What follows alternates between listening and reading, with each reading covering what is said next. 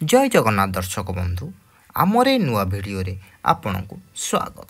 तो आम ओडिशा रे बहु प्राचीन कीर्तिराजी ऐतिह्य रही हेले आमे से सब विषय एजाए भी अवगत हो पारुना।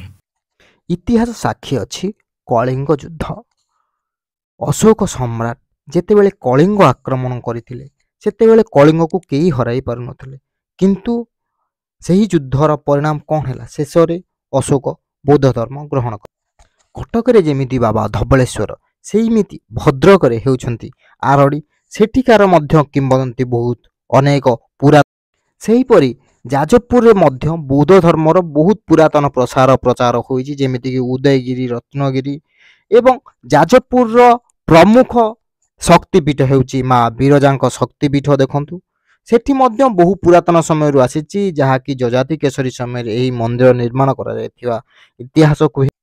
कटक जलुका पहाड़ रे बहु पुरातन समय लोक माने साधु सन्थ माने आसी एठी तपस्या करी सिद्धि प्राप्ति करते।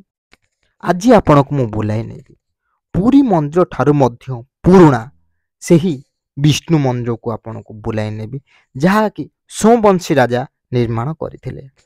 जो मंदिर कारुकार्य देखंतु एवं अनन्य, जो मंदिर को कला पहाड़ ध्वस्त विध्वस्त कर देथिला।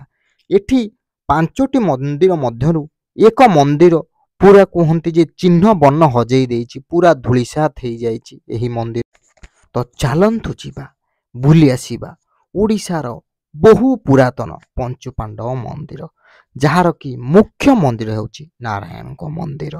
तो देखंतु ये होछि पंचु पांडव मंदिर, जहाँकि महाभारत समय बोली मध्य कह जाउछि एहार किंवदंती। तो बर्तमान आम अच्छु कटक जिला अंतर्गत टांगी ब्लॉक रे जलुका पहाड़ थिबा पंचु पांडव मंदिर पाखरे, जहाँकि 1000 वर्ष पुराना माने 10वीं शताब्दी रे यह निर्माण होता एवं ताहापर ताहाकु कला पहाड़ भांगी देइथिला एवं ताहार भग्न अवस्था भी एठी भी अछि एवं मुख्य मंदिर भी अछि। तो भीतर चलंतु बुली आसीबा।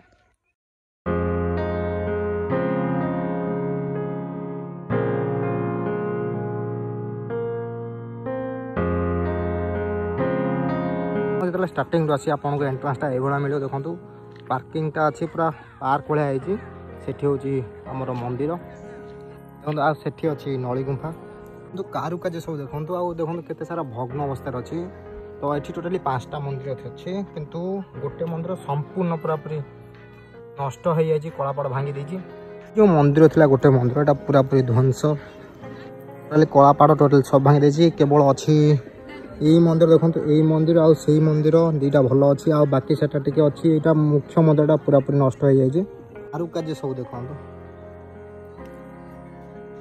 यही मंदिर किंवदंती हूँ यह हूँ महाभारत समय माने कह गले द्वापर जुगर जिते कि पंचु पांडव अज्ञात वनवास थे। तो ये आसिक गाँव में थे माता कुंती देखु श्रीमान नारायण विष्णु यही मंदिर 1000 वर्ष किंतु जिते कलापाड़ भांगी देछि सब मंदिर को जिते कलापाड़ हिस्ट्री मुझे आपको दिन कहीदेवी।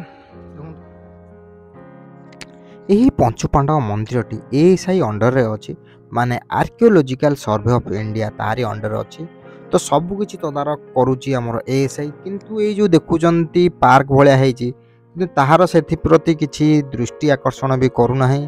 आउ आकाश मार्ग देखंतु एही पंचु पांडव मंदिर दृश्य देखंतु इटी टोटाल 5टी मंदिर थिला किंतु वर्तमान 3टी मंदिर भल भाबरे अछि किंतु मुख्य मंदिर अधा डिमोलिश हो जाइछि आउ गोटे मंदिर चिन्ह बन्न भी नाही। ये कहते जे 10वीं शताब्दी रे एही मंदिर कार्य शेष होइतिला।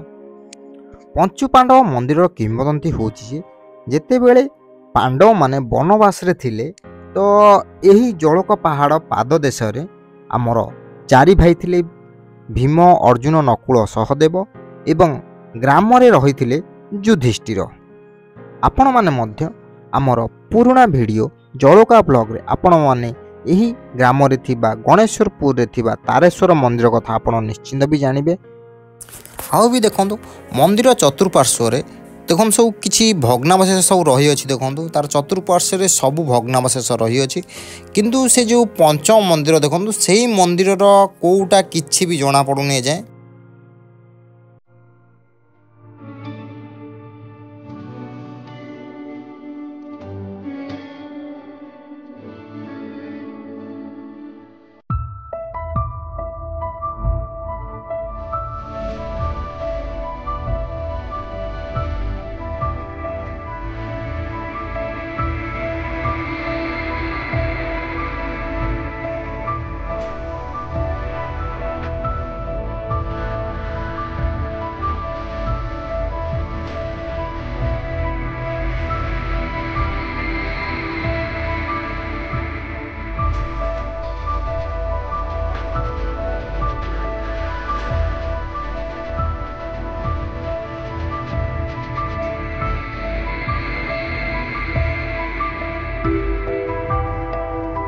ଦେଖନ୍ତୁ ବର୍ତ୍ତମାନ ସୂର୍ଯ୍ୟାସ୍ତ, ଅସ୍ତଗାମୀ ସୂର୍ଯ୍ୟ। ଏଇଟା ହେଉଛି ଆମର ଉଦୟଗିରି ପାହାଡ଼।